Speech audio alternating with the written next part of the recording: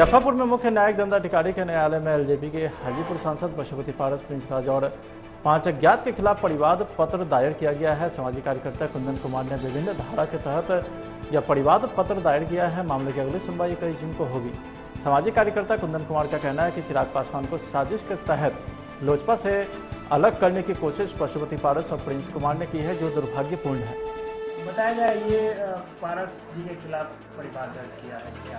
जी, स्वर्गीय रामविलास पासवान जी जनमानस के नेता हुआ करते थे और जनता का विश्वास उनसे जुड़ा हुआ था। तत्पश्चात उन्होंने लोजपा जैसी विशाल पार्टी का निर्माण किया और स्थापित किया पूरे बिहार हिंदुस्तान के स्तर पर। उनके बाद उनके सुपुत्र श्री चिराग पासवान ने कमान को संभाला, पार्टी के कमान को, और बखूबी से पार्टी में अपने दायित्व का निर्वहन कर रहे थे। पूरे जनमानस का चिराग पासवान के ऊपर पूरा विश्वास था और बड़े अच्छे तरीके से पूरे युवाओं को, समाज के हर वर्ग के लोगों को साथ में लेकर चल रहे थे। इसी बीच में लालच का भूत सवार हुआ पशुपति कुमार पारस जी पर।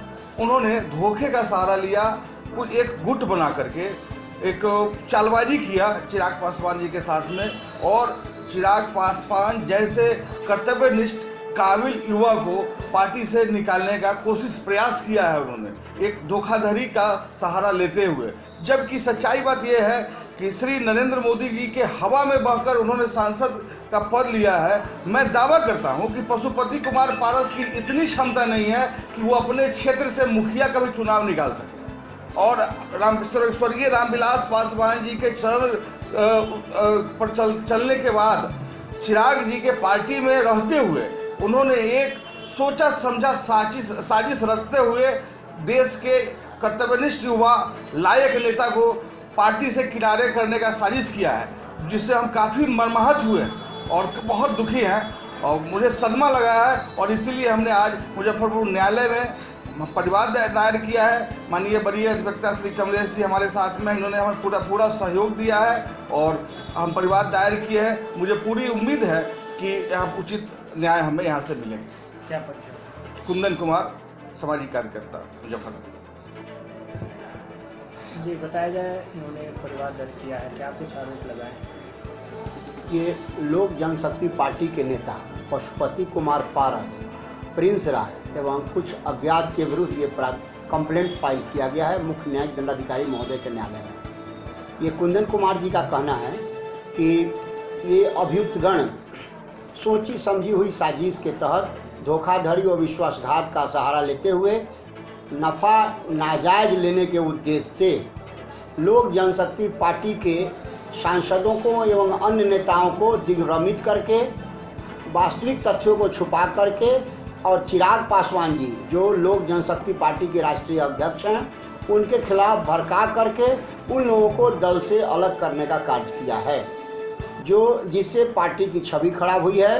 साथ ही साथ लोक जनशक्ति पार्टी को एक अपूरणीय क्षति उठानी पड़ी है। इसी को लेकर के ये काफ़ी दुखी हैं, व्यथित हैं, इनको सदमा लगा है और इसी मामले को लेकर के ये परिवाद पत्र दायर किया गया है। परिवाद में किन किन धाराओं का प्रयोग है? 406 और 420 धोखाधड़ी और विश्वासघात से संबंधित ये परिवाद पत्र है। इन्हीं धाराओं में ये कंप्लेंट फाइल किया गया है अभियुक्तगण के विरुद्ध। क्या परिचय है? माननीय मुख्य न्यायिक दंडाधिकारी महोदय के द्वारा मामले को सुनवाई के लिए रख ली गई है। अगली तारीख को इस पर सुनवाई होगी। परिचय? कमलेश कुमार, अधिवक्ता, व्यवहार न्यायालय, मुजफ्फरपुर। बिहार प्रदेश सवर्ण प्रकोष्ठ के प्रदेश अध्यक्ष डॉक्टर नीतीश कुमार टंडन व उपाध्यक्ष राहुल सिद्धार्थ ने संगठन को प्रदेश से लेकर के पंचायत तक मजबूत, धारदार एवं नई ऊर्जा प्रदान करने हेतु 32 जिलाध्यक्ष, 35 लोकसभा प्रभारी और राज्य कार्यकारिणी में 15 पदाधिकारी का मनोनयन किए। प्रदेश अध्यक्ष डॉक्टर नीतीश कुमार टंडन एवं उपाध्यक्ष राहुल सिद्धार्थ ने कहा है कि जदयू के राष्ट्रीय अध्यक्ष आरसीपी सिंह, प्रदेश अध्यक्ष उमेश कुशवाहा ने निर्देशानुसार सवर्ण प्रकोष्ठ बूथ स्तर तक अपने संगठन को मजबूत करने के लिए कृत संकल्पित है।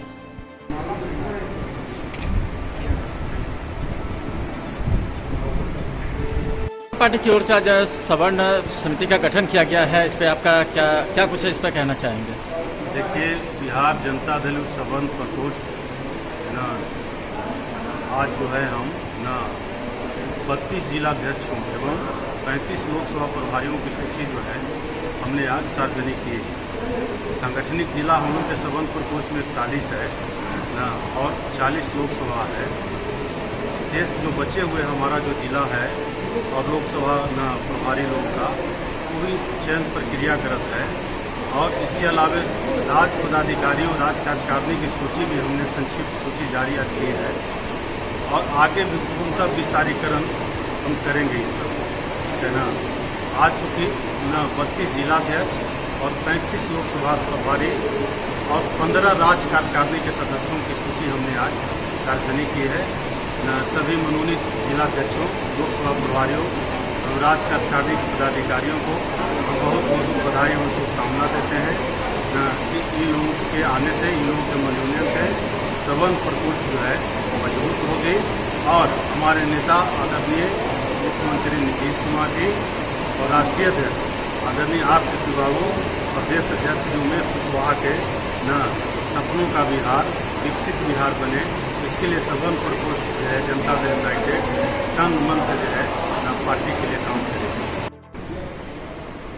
जदयू पार्टी में सबन प्रकोष्ठ का गठन किया गया है, आप इस पर क्या कुछ कहेंगे?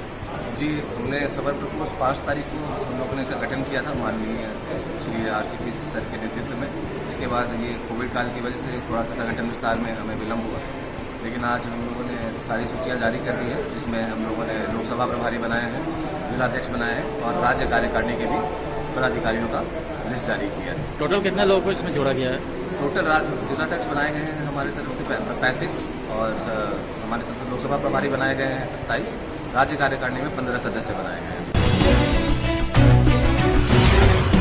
प्रदेश में मानसून की एंट्री के साथ बारिश का सिलसिला जारी है। राज्य में वज्रपात की वजह से कुल 11 लोगों की मौत हो गई है। मौसम विभाग ने 48 घंटे में बिहार में भारी बारिश का अलर्ट भी जारी किया है। मानसून की बारिश पूरे राज्य में हो रही है। अगले 48 घंटे तक सुबह में भारी बारिश और वज्रपात की आशंका है। मौसम विभाग ने अलर्ट जारी करते हुए उत्तर बिहार के जिले और गंगा से सटे इलाकों में भारी बारिश की आशंका जताई है। मौसम विभाग के मुताबिक कहीं भारी तो कहीं अति भारी बारिश भी हो सकती है। भारी बारिश से नदी के जलस्तर में वृद्धि की आशंका जताई जा रही है।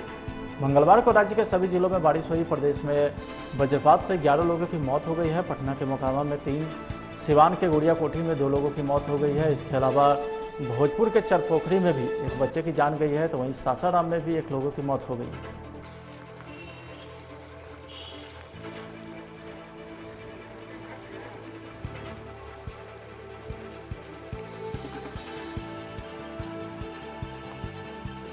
क्या घटना घटी है? खेत में लड़का काम कर रहा था, हाँ, बिजली गिर गया, लड़का मर गया। सदर अस्पताल में पोस्टमार्टम के लिए लाए। क्या नाम है आपका? बली राजवंशी। बड़ी खबर राजधानी पटना से सामने आ रही है, जहां पूर्व मुख्यमंत्री जीतन राम मांझी के बेटे और बिहार सरकार में SC/ST कल्याण मंत्री संतोष सुमन के घर में भीषण आग लगी है। बताया जा रहा है कि शॉर्ट सर्किट की वजह से ये आग लगी है। फिलहाल दमकल की गाड़ियां मंत्री जी के आवास पर पहुंचकर आग पर काबू पाने में जुटी हुई है। मंत्री के घर से सभी लोगों को बाहर सुरक्षित निकाल लिया गया है।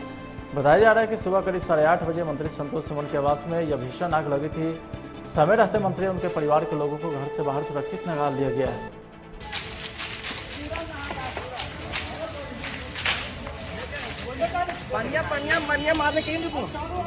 बनिया रहेगा तन रे।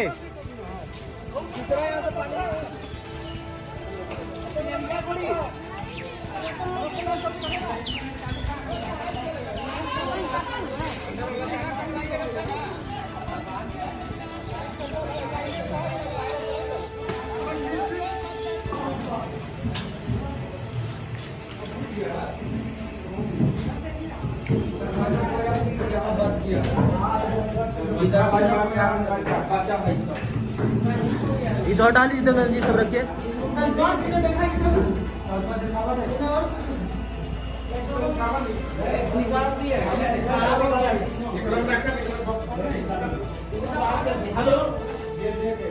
हाँ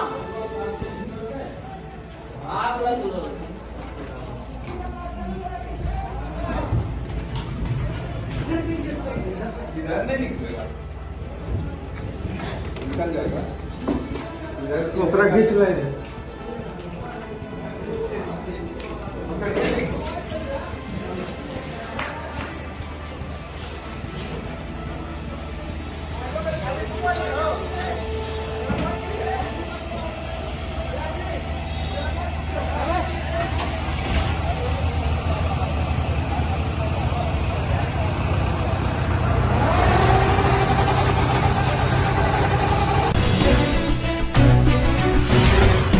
पूर्व मंत्री रामविलास पासवान के बेटे चिराग पासवान को रातों रात अपदस्थ कर लोजपा के सुप्रीमो बनने पर पशुपति पारस ने दावा किया कि पार्टी के 99% पदाधिकारी उनके साथ हैं।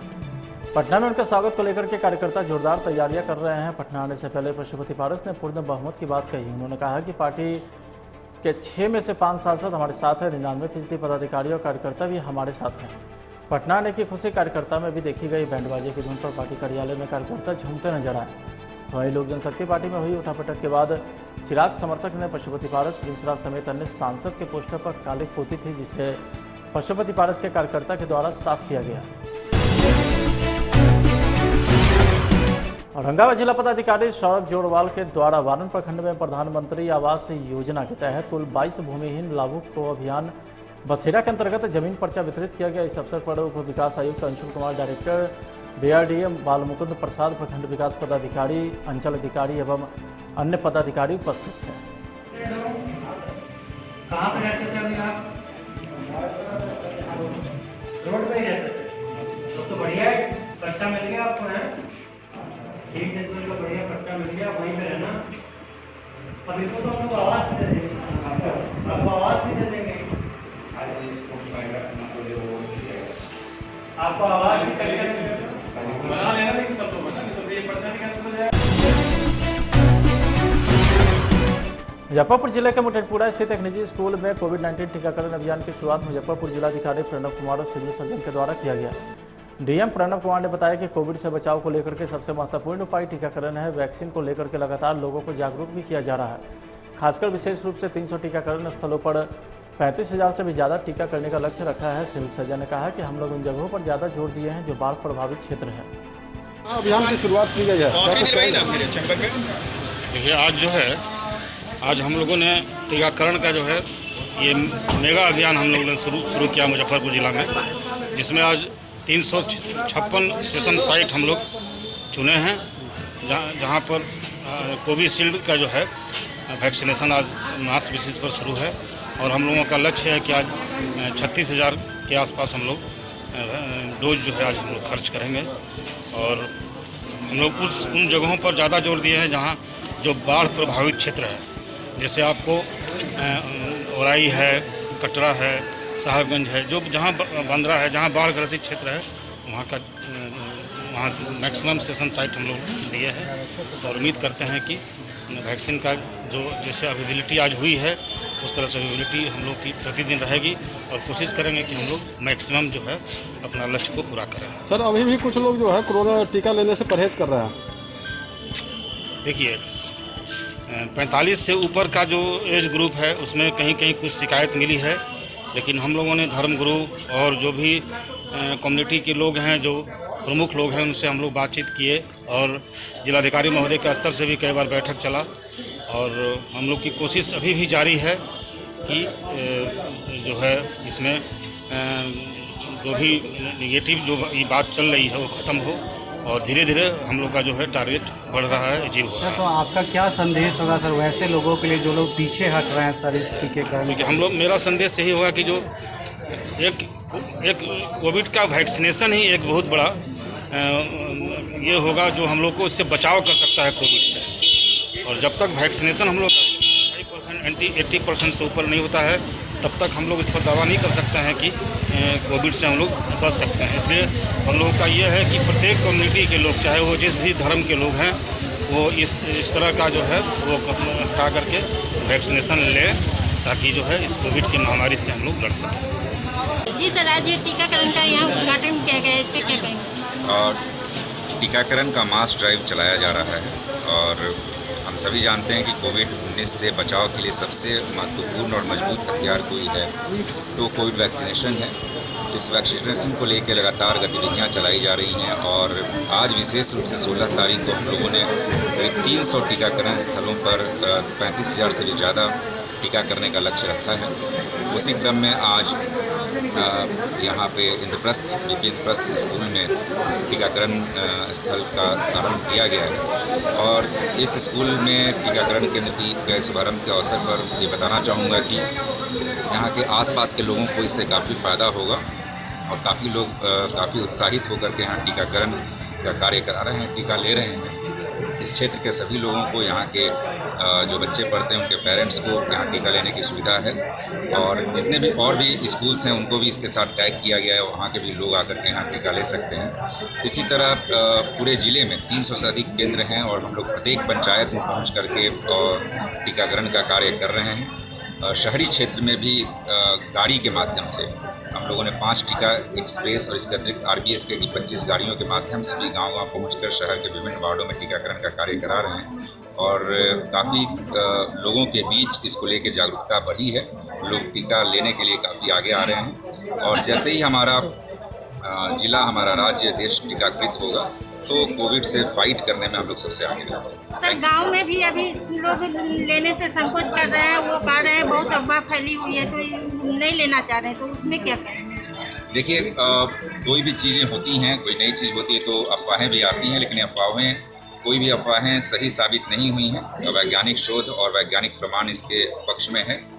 सभी लोगों को टीका लेना चाहिए। कुछ अफवाह जहाँ भी आते हैं उन अफवाहों को दूर किया जाता है। और पिछले कुछ दिनों से हम लोग लगातार देख रहे हैं कि टीका लेने में काफ़ी लोगों के बीच जागरूकता, काफ़ी उत्साह की भावना आई है और लोग आगे बढ़कर टीकाकरण ले रहे हैं। और आप देखें, ऐसे कई देश, ऐसे कई राज्य इसके प्रमाण हैं जहाँ पे लगभग 80% से ज़्यादा टीका हो गया है और बिल्कुल वो देश ओपन अप हो गए हैं।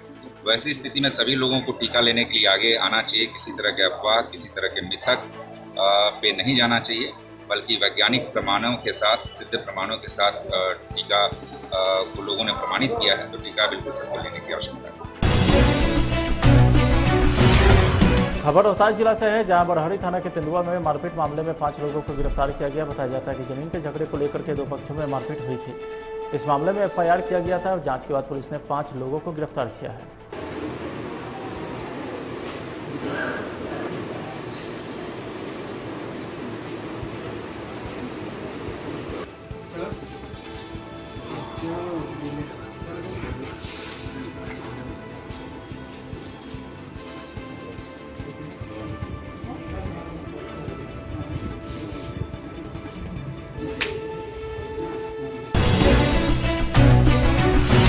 नीतीश सरकार में जमीन विवाद हमेशा विवादों के साए में रहता है। लोग काफ़ी परेशान और लाचार भी हैं।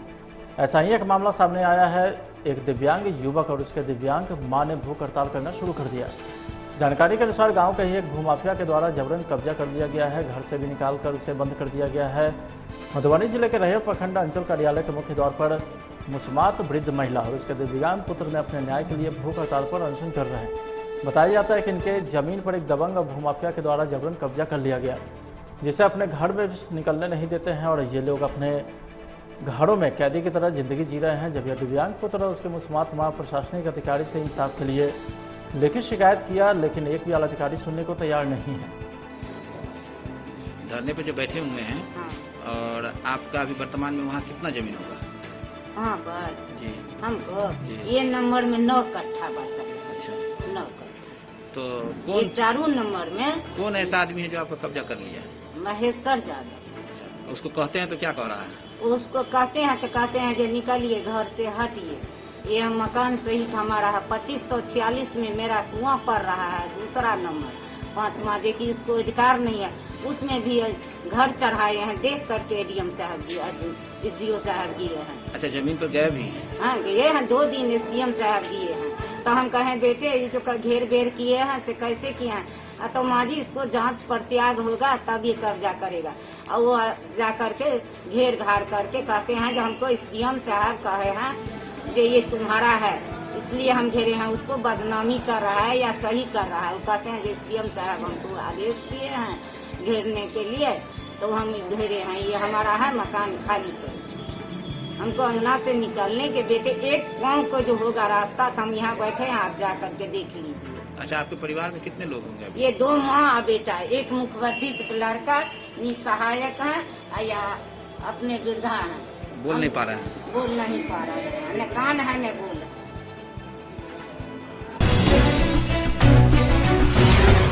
रोहतास पुलिस ने बड़ी कामयाबी के तहत सड़क पर कील बिछाकर रात से गुजरने वालों से हथियार का भय दिखाकर लूटपाट करने वाले गिरोह के सरगनों को गिरफ्तार किया है। रोहतास SP आशीष भारती की माने तो विगत दिनों पहले मुफस्सिल इलाके के रामपुर के समीप इनोवा गाड़ी को सड़क पर कील लगाकर पंचर कर हथियार का भय दिखाकर अज्ञात अपराधी के द्वारा वाहन लूटपाट की वारदात को अंजाम दिया गया था, जिसके तहत कांड दर्ज कर 5 अपराधियों को पुलिस ने गिरफ्तार किया है।